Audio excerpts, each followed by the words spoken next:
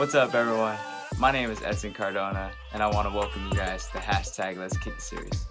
On these episodes, we get the pleasure to be joined by professional athletes, get a little insight on their background and how they made it this far in their athletic careers.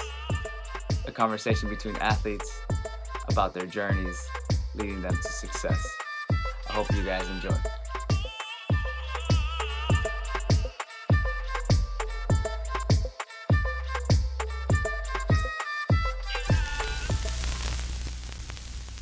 What's up, everyone? Hope we are keeping safe with the COVID-19 pandemic. And my hope is that we're all doing our part and standing in solidarity with the racial justice movement and against police brutality because Black Lives Matter. My name is Edson Cardona, and I want to welcome you guys to another episode of the hashtag Let's Kick It series. For all those who joined before, thank you for coming back. And for those who are joining for the first time, welcome. On this episode, I have the honor to introduce Buddy Reed.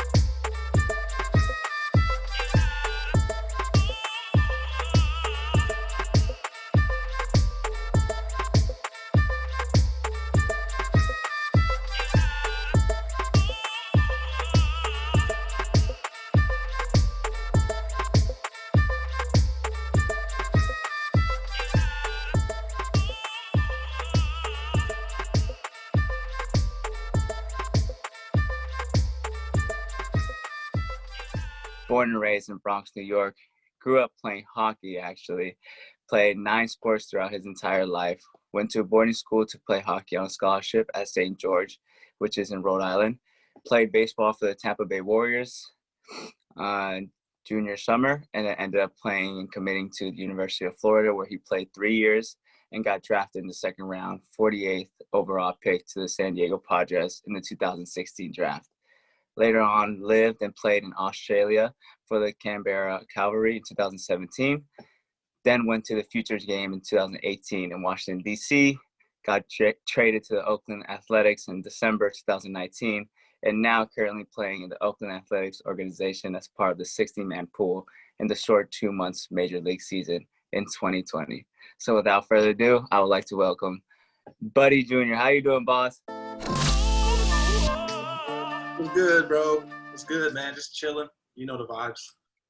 How's this quarantine treating you guys? How's the season going so far for you guys there? Good, man. No, it's fun. It's definitely interesting, being out in San Jose, just like close to, but not in Oakland, you know what I'm saying? But the Bay Area is really nice. A lot to see, a lot to do, and we're just having fun with it. I want to thank you once again for being part of the hashtag Let's Kick It series, man. Thank you for your time that you're giving us, and we can't wait to start. Thanks. So, as an athletic journey, as a kid, when did your journey as an athlete begin? Probably damn near year one, bro. Like, my family was all about sports. My dad played football in high school. My mom ran track in high school. They didn't carry that on to college, but they love sports, so they got me integrated with sports at a really early age. Pretty sure a baby picture of mine that had a baseball next to it. So, like I said, day one, they were like, yo, we're going to put you in sports. My dad is pretty athletic, pretty lean guy. So I'm just blessed and happy they got me into sports for sure. Sports ran in your family, right? So you got to see every kind of sport growing up. You're playing different sports, playing and doing some karate, dancing, singing, all that jazz. So what made you go only into hockey? What was that about? Was your passion with hockey, and when did you find out that, hey, baseball is going to be my route to where I want to become? Well, my dad got me into hockey. He played hockey growing up, ice, roller hockey. His dad actually got him into it as well, just something to do, stay off the streets in New York. A lot of kids, obviously, in New York, you play basketball in the streets, handball, stuff like that. And his father wanted him to do something different. And then he passed that down to me. He wanted me to do something different, not just play basketball, be a man of many talents, different sports, different lifestyles, art, science, all that. And so he put me on skates, I think at around, I don't even remember, but what they tell me is age 2 or 3. The dual blade skates, so where it's almost like if you walk, you can just use the skates, and you're not going to slip and fall. And then I got into something called ice hockey in Harlem, in New York, right in Central Park, actually, Lasker Rink, where it's a thing for like inner city kids, you like Black, Hispanic, minority kids to go out and learn the game of hockey, learn, how to skate, power skating, how to play, just the ins and outs and the rules of the game. And then from there, like, hockey was my passion. That's what I wanted to do. Obviously, I played the other sports, did the other activities, but hockey was like the main focus. I traveled to Canada, all over the place, along the East Coast, West Coast, Chicago, things like that. I didn't realize and figure out I wanted to play baseball until my junior year, like I told you. It had always been something I did. I wasn't necessarily good, but I could keep up with the players, I could run, I could play defense, I could hit a little bit, but I was never like that guy, you know what I'm saying? Like some of my friends that I saw and watched. So that junior summer, I ended up playing for the Tampa Bay Warriors, just like a sort of club team, what you'd call it. I got a lot of playing time. I sort of found myself, for whatever you want to say. As a 17-year-old kid, like you go play, but then you sort of find like, oh, maybe I'm good at it. Like maybe I have a chance. I got scouted by a couple schools, Florida, Maryland, Texas Tech, just a bunch of different schools. And the Gators, like, sort of that Gatorade, Tim Tebow, national championships in basketball. They went to Omaha for baseball a bunch of different times. And it was just like, you know what? I wanted to play both sports, but I knew that was going to be really hard. So I was just like, I'm going to pick one. I picked baseball because I believed it was a challenge for me, and I like challenges. Like I said, once again, I wasn't that good, but as I've grown and become more of like that baseball player and like focus solely on baseball, I've gotten to where I'm at now and to be a lot better. And it's just a blessing, you know what I'm saying? Like being able to play so many sports, everything correlates and is part of something else. Like what I learned, like, for example, like playing soccer, I could pick up and play and put it in baseball. What I learned in baseball, I could bring back to, say, football, you know what I'm saying? So it's all like athletics and sports, they're all collectively work together. And it's just like cool to see, like, and have the respect from people that play a bunch of different sports like you and other guys that play different sports. It's just cool to see. Oh, it's amazing, right? To see at a young age, especially to know, like, I have the passion for this sport, but I want to challenge myself now and see, okay, I'm also good enough to play in this sport. So what can I do to improve myself to make it to the next level? And so for you, I mean, playing your junior year, your summer ball, getting all these offers from different colleges. I mean, what was it like, that whole experience? I mean, with your family and later on committing to going and playing in Florida, how was that for you? It was definitely interesting. I did some things as baseball players would know, like perfect game. It's sort of that big, you go there, you see a bunch of other players, and then they rank you like best arm, best speed. For pitchers, also best arm. Like for outfielders like me, you threw from the outfield, see how hard you could throw. Then hit it, you had batting practice, and you played many games and stuff like that. And I did that, and I was okay. And then like I said, that summer I ended up playing really well. I got to play. I got to go with my boy, Cody Beckman, and play with him at the USA trials for the national team, which was really cool. They only took 2 players, but just an experience. Like I never dreamed or thought that I would be like as good as those kids. You know what I'm saying? And then actually later down the road, I actually got to play for the USA men's collegiate national team, which was cool. But man, it was just interesting. Like you don't necessarily, you have the dreams of playing in the major leagues, playing in the MLS or La Liga, wherever. You don't think like necessarily those things are happening because as a kid, you're just having fun. But then as you start to grow and see like this is what it takes, you're like, damn, like this is what I have to do. Okay, like I said, baseball's a challenge. So I was like, damn, I'm gonna take this challenge and face it head on and try to do something. So those offers, it just showed like that hard work that my parents put in raising me, taking me everywhere, teaching me just like the basics of life and laying that foundation helped me so much with like being able to be like, you know what, I don't want to go to this school. I want to go to this one. Why? Because at the end of the day, it's my choice. You know what I'm saying? So going through all that was like a sort of a roller coaster, like, I mean, I got guys in high school, like going over, making sure they're focused on their SATs. They got their list of schools with like, okay, I want to go here for this, and then have their backups and stuff. And I was like, yo, straight up, like, I'm only going to one school. Like, I don't need to do all this extra stuff. Like, I'm going to Florida. Once Florida offered me, and then I did my research, and so I was like, yeah, I'm going for it, no matter what. Like, it doesn't even matter. So it was a really cool experience. And then obviously that national letter of intent, my senior year, signing that, and having my roommates and high school friends there, because I also went to boarding school, it was dope. No, yeah, as an athlete, that's what we all dream for, right? Getting that and signing that letter, knowing that, okay, this is the college I'm going to go to, and I'm going to get a full ride for that as well. It's amazing to see the journey that you've also had throughout your life, you know, as a child, now growing up and seeing, okay, I can take this now to a further level, which was your collegiate level. So what was it for you that you knew, okay, now I can take it from this collegiate level to the pros and make my name and going to the higher leagues? You know, what was that for you?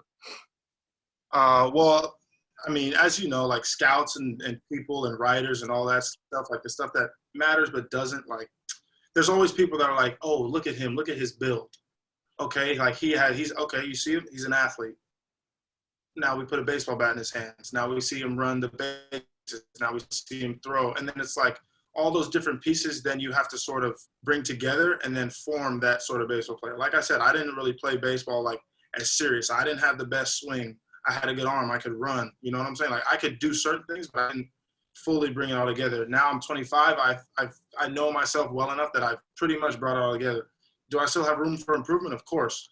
But at the same time, like there's only so far you can go. But like, and then once you get to there, it's like, how can I stay here and then stay consistent? You're not always gonna go like in baseball 4 for 4. You're not always gonna score goals in certain sports. So what it is like, okay, if I'm here, how can I either get even better, which is sometimes hard because like once you get to the top, like a Ronaldo or Messi, like what more can they do? They have to get other people better. You know what I'm saying? So things like that. So that was definitely like something for me that I had to really focus in and hone in on as I got into school was like, where I'm at now is I'm not where I want to be. Once I got to Florida, I realized like, yo, this is it. Like I'm playing college baseball. What's after college? The real world. Like I want to be that first round pick type thing. So what do I have to do? I have to work my ass off, by my friends, but I have to work my ass off to get to the next level. For 3 years, the goal is to stay in college for 3 years for baseball or football. You know how that is. So like for those 3 years, it was like, what can I do for myself to get better, to be that first round pick? I already have like people, once again, people said size, the build, the athleticism, but it's, can I take all that and put all the pieces together to be a consistent baseball player? And I think with the help of my friends, teammates, and things like that, like they put me in a great position. I put myself in a great position to then get drafted in the second round, go to the Padres, have the ups and downs, the highs and the lows, of course, just like any sports player or even just, you know, your normal day job. But I surrounded myself with the right guys, the right group of people to help me, one, mature as a man, like off the field, but then two, on the field, like give me pointers, help me understand the game of baseball. Because going in, like I didn't understand that much stuff. I didn't know how to do certain things. And so like the guys that were from Florida that played baseball year round and knew like what was going on sort of to that extent, like they would help me. So for me, it's always asking questions. Regardless of what age you are, I feel like obviously like if you're super young, I can learn from anybody. You know what I'm saying? It's like little things. And that's something that has always helped me. It's like learning from others and taking what something someone has to say and bringing it and applying it to my game. You never know what that could do for you or how it could affect you later on in life. Definitely, as an athlete, I feel like it's getting that critiques, you know, and helping. How was it going to help you? You know, even if it's bad critique, good critiques, at the end of the day, it's still something you can improve on. And like you said, athletes in general always can improve. I mean, even people at the top, like you said, they still have room for improvement. And if they know that, they can get better. If players who are already at the top stay comfortable, then, you know, there's people behind them that are trying to work 10 times harder to get to their spot. So like you spoke a little bit about that stability, like you can't be so comfortable just being already at the top. Like you got to know that there's guys under you who are trying to make it, and even guys who are older than you that are trying to make it. So you having that mentality and bringing your A game day in and day out, training and games, you have to know that consistency is what's going to help you become a better player on and off the field. 100%. And so after you seeing your whole collegiate career, and then, I mean, the experience of getting drafted, that's like a dream for every athlete in the college, you know, sports. So that day, you know, being with your family, can you talk a little bit about how special was that moment for you to finally hear your name and be like, wow, all that hard work that I put in for the past 3 years, really was worth it. And so if you can Yeah. elaborate a little bit on that experience for you. Yeah, it was a crazy year. We accomplished a lot as a team, as a class. Like my junior class, we had a bunch of guys drafted. We accomplished so much. We didn't end up winning a national championship, but some of our good friends the following year did. But that was a crazy day. We were all obviously super anxious. If I'm not mistaken, yeah, the draft is right after like the season and everything. So it was like the season was over. We just finished SEC's draft, and then after the draft, we had to practice because we were going back to the College World Series. So I was with my boys. I was with my boy AJ, Kirby, Sternagel, like all my friends. I don't leave them out, but my boy got picked 6th overall to the Athletics, which is crazy because I'm playing with him now. Like I see him all the time. But so he got picked to the Athletics, and then obviously, it's just a waiting game. Another guy got picked in front of me that was at my school, Dane Dunning, 29th overall to the Nationals, and then it was like, okay, still waiting. Didn't get picked first round. For whatever reason, I'm not mad about it. You know what I'm saying? Like I still, at the end of the day, I knew I worked my tail off to get to where I was. So it's just about a waiting game. In the draft, you get calls from different teams, and you're talking to you have your agent in one ear, your family in another ear, and then just like other people, like you're looking at your phone. Hey, you getting, you know what I'm saying? Like, hey, you getting picked here? You getting picked here? Your agent's like, oh, we're talking to, just for example, like the Cardinals. They have this pick. Oh, we're talking to the Padres. They have this pick. We're talking to the A's. They have this pick. So it's just like, it's crazy. And then you just wait. And then your agent calls and it's like, okay, this is the pick. This is the amount of money that they want to give you. Are you okay with this? Like it's crazy. And then my friend also got picked to the Athletics, Logan Shore, as the 47th pick. So we had AJ, Dane, Logan, and then with 47, obviously Logan, then 48, my agent, I got a call from my agent. They were like, we're going to offer you, the Padres want to offer you this amount of money. They really want you. It's huge. Obviously, it's a huge opportunity. And I was talking to my parents. I was like, what are we like? We're going to do this, right? Like, you know what I'm saying? Like, I'm an only child. So my parents are right there by my side and we're all on the phone and we're listening. We're just like, yo, what's the deal? Like, we're doing it. We're doing it. Like collectively, because they've been with me through everything. They've seen everything. So it's just, I get the call and it's like, they want to take you with this pick, yes or no. It's pretty, bro, it's a yes or no. You say no, then they just pick someone else and move on. You know what I'm saying? That's why there's time on the clock. So I was just like, let's do it. Like, this is great. I just want to be, I'm now in like the history books for the 2016 draft. Buddy Reed is a 48th of, like, that's something I could tell my future son or future daughter. You know what I'm saying? Like, I'm going second in the draft. Like, people don't realize how crazy that is. Just to get drafted, it's such a blessing. And so when I got picked and I said yes, like, once again, all my boys were there with me, their families, my family's there, and we all just dap each other up, hug each other. And like seeing my boy get picked 6th overall, like in the first round, and so fast, it was just like, yo, this is unbelievable. Like, how you're not gonna say, he wasn't gonna say no. So that experience, man, it's oh man, I didn't cry, but like it did hit me after the fact. Like, once I'm done here at Florida, like I'm going real, like it's real world now. It's like, yo, I'm playing for money. I'm playing for myself. I'm playing for my family. I'm playing for the people that want to get me better. I'm playing for the organization. I'm playing for, so to a certain extent, the fans. Like, I'm playing for little kids that want to look up to me and stuff like that. So then there is that sort of sense of pressure, but at the same time, like, if it's something you like to do, you don't have to love it, but if you like it, you know what I'm saying, and you want to show like the world or the people that are around you that you like it, that's what you do. So it was like, I know I elaborated a lot, but it was a great time, a great experience, and something I'll never forget. No, definitely a moment, right, that you'll never forget. And having your family there, I mean, it's the best moment of them all. All that hard work, all that sweat, tears, blood that you put out on the field, I mean, it all was worth it. And you get to see that now and where you are now, in your professional career.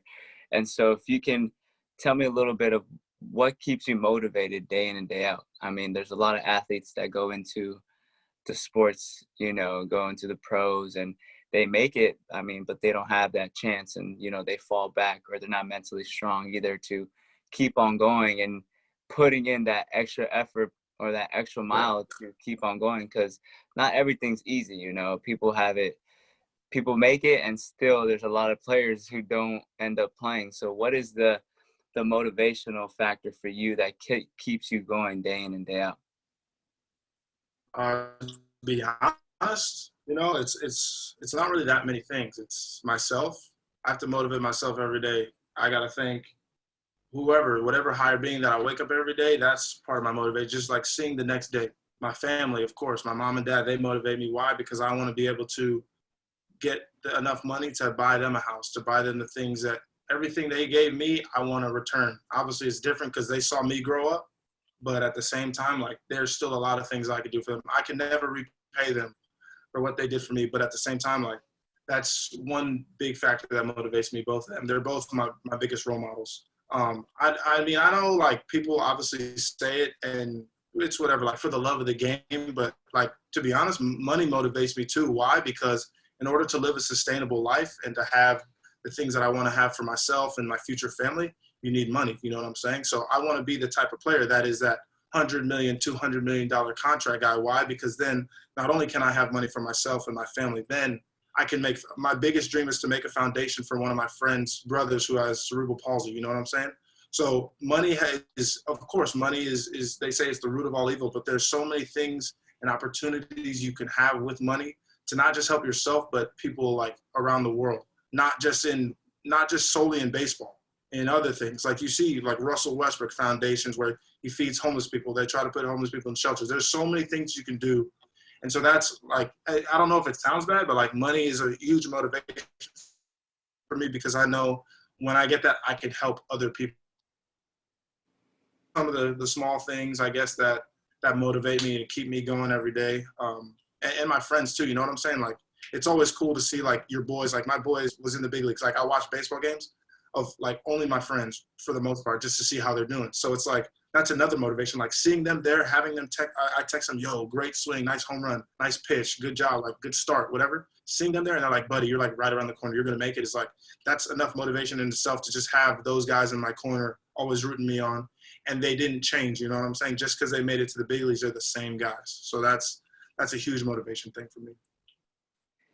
Yeah, I mean, a lot of aspects in your life, you know, your family, having your friends also be there as well, already in the big leagues, seeing that helps you also know that you're close, you know, and that you aren't giving up for your dream. And that's something that most athletes who make it, you know, to either third tier, second tier, in whatever sport that they're playing, you know, they get tired and say, man, you know, all this hard work is not working, you know, but you're still there and you're still pushing forward, which is the best thing for an athlete, because that mental strength it goes hand in hand with the sport. You know, if you're not mentally strong to keep on going every day, to push yourself, even though, you know, like, you know, there's a slim chance of always making it. But if I do what I have to do on the pitch so that I can show the coaches, like, this is what I'm about, then you'll definitely get your chance. And I can see that as well. Your motivation, it just, you can hear it, you know, when you speak about it. And that's amazing because a lot of athletes lose that, you know, they lose that passion in what they're doing, and it's hard for them to get out of that. And so if you can tell me a little bit of some obstacles that you faced and how have you overcame them? Yeah, sure. I mean, there's a lot, especially with baseball. Um, there's been a lot in my life with hockey. You know, hockey's a predominantly white sport.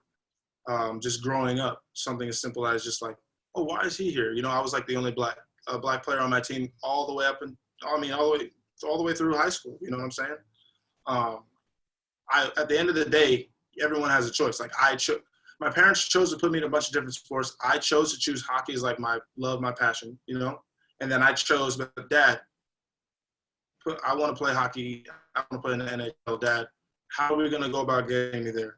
And then and then obviously, hey buddy, like you are one of the only black guys to play hockey. You're going to have to deal with the obstacles and the facts of like, since you're the only one, you may get discriminated against. You may hear things you may not like. You may go, you know what I'm saying? Just different things. But at the end of the day, like it's my choice to play. It's my choice to either let it go one ear and go out the other or take it use it as motivation or take it and then retaliate. And so the obstacles were like, sometimes I would take it and I'd be like, yo, this stuff is really pissing me off. I'm going to have to retaliate. Why? That's just how I was. And it was my choice. Those players had the choice to say the things they said to me. I can't control what they say, but at the end of the day, like, it's sad because we're now in a time where politics and sports are sort of like clashing. Like, it shouldn't matter. It's the love of the game, right? Everybody talks about the love of the game. If I love playing hockey and I'm black, or you love playing hockey and you're a Latin American, or he or she loves playing hockey because they're Asian, like, it shouldn't matter. We should just play the game. It's all about playing the game. You don't need to bring black or white or Asian or Latin or Indian into anything. We're just playing the game. So that, like, the racism, yeah, of course, that's a big obstacle in sports, and that's just an obstacle in life. I would say like another obstacle baseball-wise was just sort of understanding that, like, I wasn't necessarily at the same level as the other guys I was coming in with originally, like in my freshman years. So it was just the obstacle of knowing it's going to take time. You know what I'm saying? 3 years, it's going to take time to get the swing I want. You know what I'm saying? Learn the game. It's going to take time to take all these little things and put them together to form a good baseball player, you know what I'm saying? Or a great baseball player. So those were some of the little obstacles. I had obstacles, just, you know, the normal things like school sometimes got in the way, not in a bad way, but like, yo, you're student athlete, you're focused on baseball, right? But, oh, wait, you have to focus on your classes, your grades. You have to focus on doing the projects, the papers, just like a normal person. So, but once again, it was all a choice. So I'm not mad that I chose baseball or sports, because people choose that 9-to-5 job. You know what I'm saying? It's just like, it's hard sometimes when you go out there and in college or pro or whatever, and you're playing a game, right? And this is, I should say this is another sort of obstacle, but not really. Like, you're going to play a game, right? And of course, fans, they're part of the game. And a fan yells at you and starts bringing your girlfriend, for example, into it, or your mother, your father.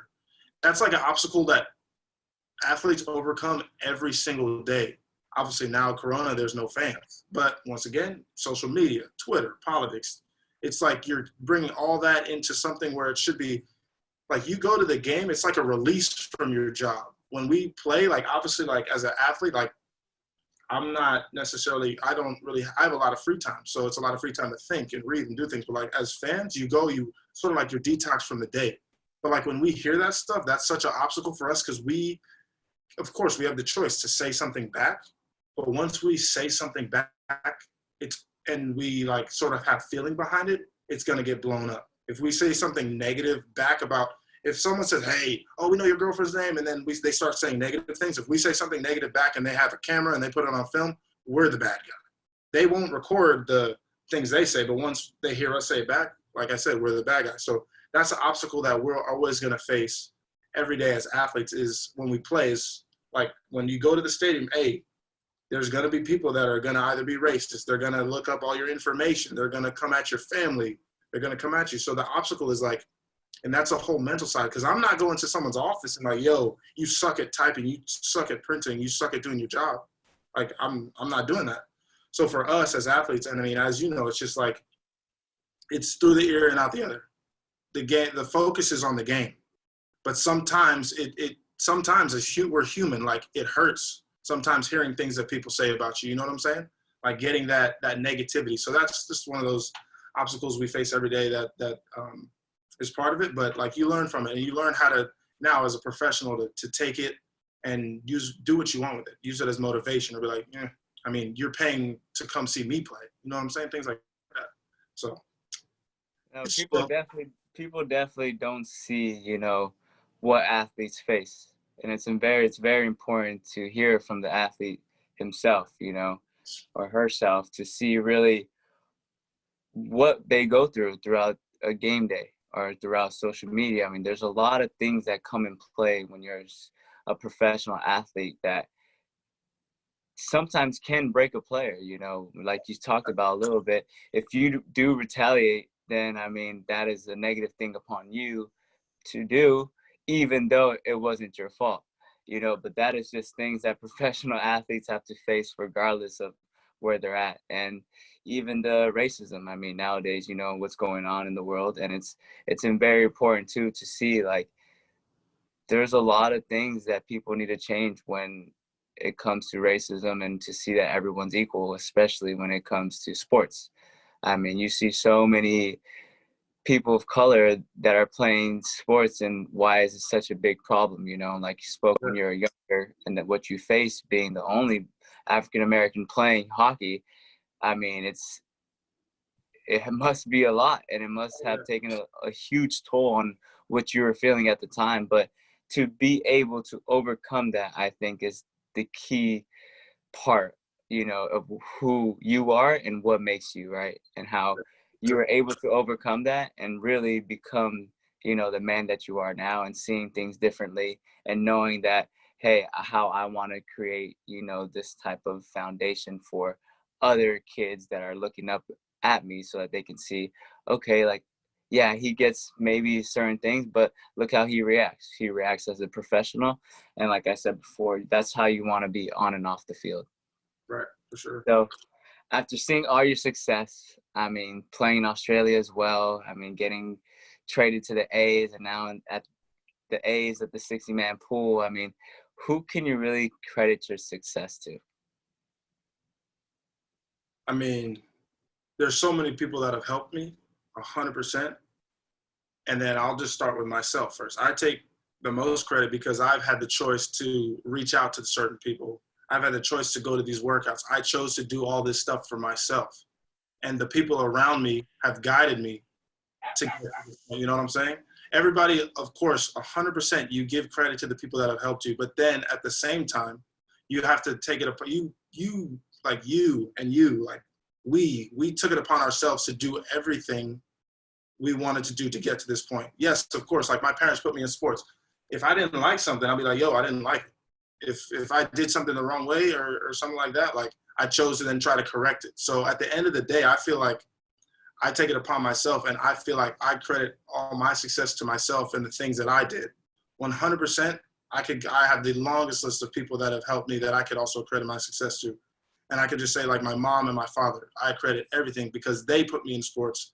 They got me here. They didn't say, hey, you have to do this. They said, here, we're going to give you this platform, and we're going to lay out all this acting, dance, sports, music, all art. We're going to put it all out, and you, buddy, you pick.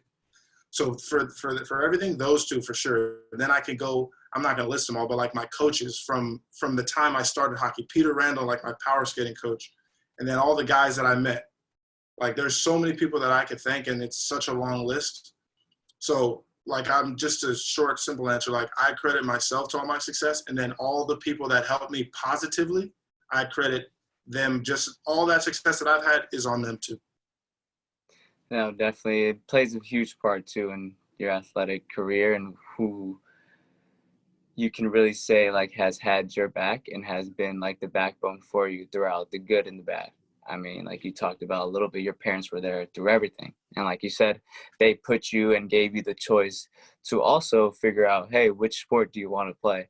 And that's important too, to have that, you know, support from your family, because even when you did go to Australia, I mean, I bet it was a huge, you know, transition for you to go out there, and even for your parents. Yeah, no, I mean, it's definitely interesting. I mean, going to boarding school, I already got a little bit of the feel of being away from home at a young age, which was cool.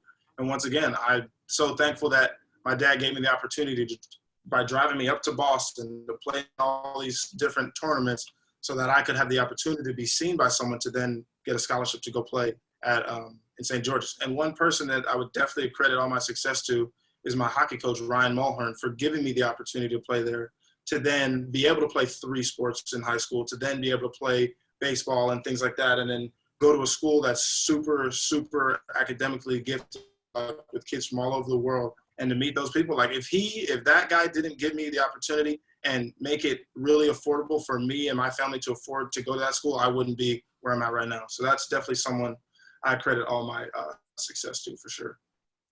It's definitely a blessing, right, to have all those people who really had that faith in you and support to know like you have the talent, and we're giving you the resources to also grab them so that you can become the best player that you want to be.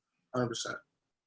And so your best baseball moment, if you can tell, I know you have many, but if you can tell us one baseball moment that you have in the back of your head that you can say, man, I remember as if it was yesterday. You know, what was it? I mean, it could be when you got drafted. I mean, it could be when you went to Australia or even here in the A's. So what do you think is your favorite and best baseball moment? Can I give you like 3? Is that straight? Yeah, that's perfectly fine too. All right. So I guess Australia, I went 5 for 6 on the last game that I was playing there, like my farewell. I went 5 for 6 with 3 home runs. That was a crazy game. I think we won like 18 or something, but that was one of my best memories. I'll never forget that just because I love the fan base. I love the city, and I definitely want to go back and play for the Cavalry. Another moment was probably playing in the Futures game with like the best players in baseball at the time, like in the minor leagues, because the Futures game is during the Major League All-Star break, and it's the best minor league players, like, and it's USA versus World. So it's all those, like, the best guys. Greatest experience of my life, meeting all those players and playing with them. And then I think another great experience was getting traded, actually. So I got obviously I got traded. I'm sitting at my house. I got the call from the Padres, and then I got a call from the A's. But, like, I texted my boy AJ, like my best friend that I live with. I was like, yo, I just got traded. I texted him. I was like, yo, I just got traded to the A's. He called me, and then we were just screaming over the phone. And then he got home, and we just kept screaming. And it was just like one of those things because I've played with AJ pretty much my whole adult life, from the beginning of college through. Obviously, we live together, so I see him all the time. But then to be traded and be on the same team as him, and then eventually, hopefully, knock on wood, play with him in the major leagues, like, he's pitching and then I'm in center field or I'm in the outfield or wherever, even if I'm on the bench watching him, it's like, yo, all this stuff we worked on, all the talks we've had, everything that we've done together, like as best friends, is like now coming to fruition. Like, bro, you're pitching in the big leagues and I'm behind you, or I'm watching you. And it's like, it would almost be like deja vu again, because if that and when that time comes, like, if I'm behind him and I see him throwing, it's like, yo, you were doing this in college. Like, we're literally doing what we were just doing in college together. It's crazy, but those are some of the cool memories that I had from baseball, and, like, hopefully can have more with him and this organization. And that definitely keeps you motivated, right? Having those memories, you know, and thinking like that moment and what I was feeling at that time was something that I want to feel all the time. And like you said, it will come full circle for you. And I know it will, when you're going to be behind him and seeing him pitch, and it'll just be like college days, you know. And that's the dream. I know for sure that'll work out for you. And so if you can give, you know, a final question here, if you can give advice to your younger self about the journey you've taken, what would it be? Oh, that's a good question. Man, I guess it's an easy question sort of for me, because I was an only child, so I didn't really have anyone else to, you know, grow up with except my cousins to a certain extent. But I would just tell myself, I guess, enjoy everything. Don't take it too seriously. You know what I'm saying?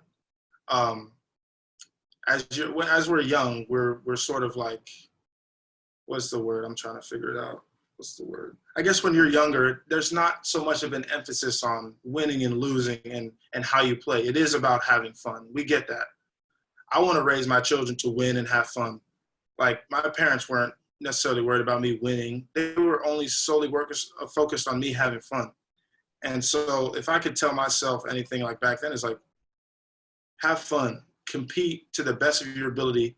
Even though you're young, give it all you have. Because if you start that at a younger age, as you get older and you're like in your the beginning of your teen, like 13, 14, and you already have that sort of killer mentality at, like, say, 5, 6, 7, 8, whatever, at 13, then people start to realize, because kids are getting scouted nowadays at freaking 12, 13, 11, you know what I'm saying? Like, if you have that sort of competitive mentality at a young age and people can sort of see it, makeup is a big thing in sports. Everybody talks about makeup, your body language, how you carry yourself. All those things go sort of straight. It's sort of almost before you even step out on the field. If this guy has good makeup off the field, oh, shoot, I can't wait to see what he looks like on the field. Like, his posture, like, all those things to a certain extent matter. So that's something I would tell myself in the most elementary way. It's like, have fun, go as hard as you can until you're tired and, like, you can't breathe and you're like, Dad, I need water, or like stuff like that. And my dad would always tell me too, like, buddy, go as hard as you can. He'd be in the stands while I'm playing hockey like this, like, buddy, you got to drink water because you're going so hard, like stuff like that.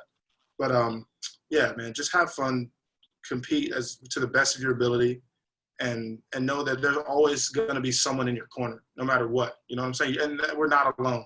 Like for kids now that may be going through stuff, even adults, like there's always going to be someone to talk to. You may not have to go to like a shrink or psychologist, but like there's always going to be someone to listen, actually like understand what you're saying, and then be able to give you feedback or something, because you could always learn and understand other things from other people. So I guess that's what I would say. No, athletes definitely need to see that at a younger age to love what they're doing, right? Because, or even anyone, a musician, or it don't matter what you're doing, but you want to have that type of passion where you love it and want to keep on going, you know.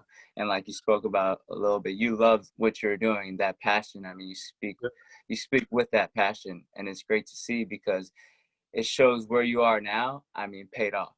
And as a fan, I mean, I'm amazed, you know, to hear your story, and it's great to see all the success that you have, you know, had.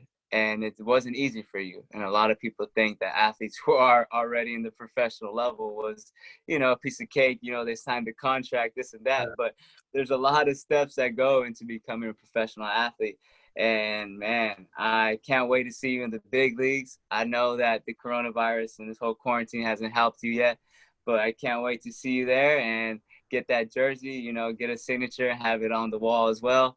And so I appreciate you for taking your time and being on the hashtag Let's Kick It series, man. And I wish you nothing but the best. Yeah, bro. I can't wait to hopefully be back on here. And I got a little something brewing after baseball is over. So just stay tuned, everybody. I appreciate it, man. Thank you, everybody who joined in.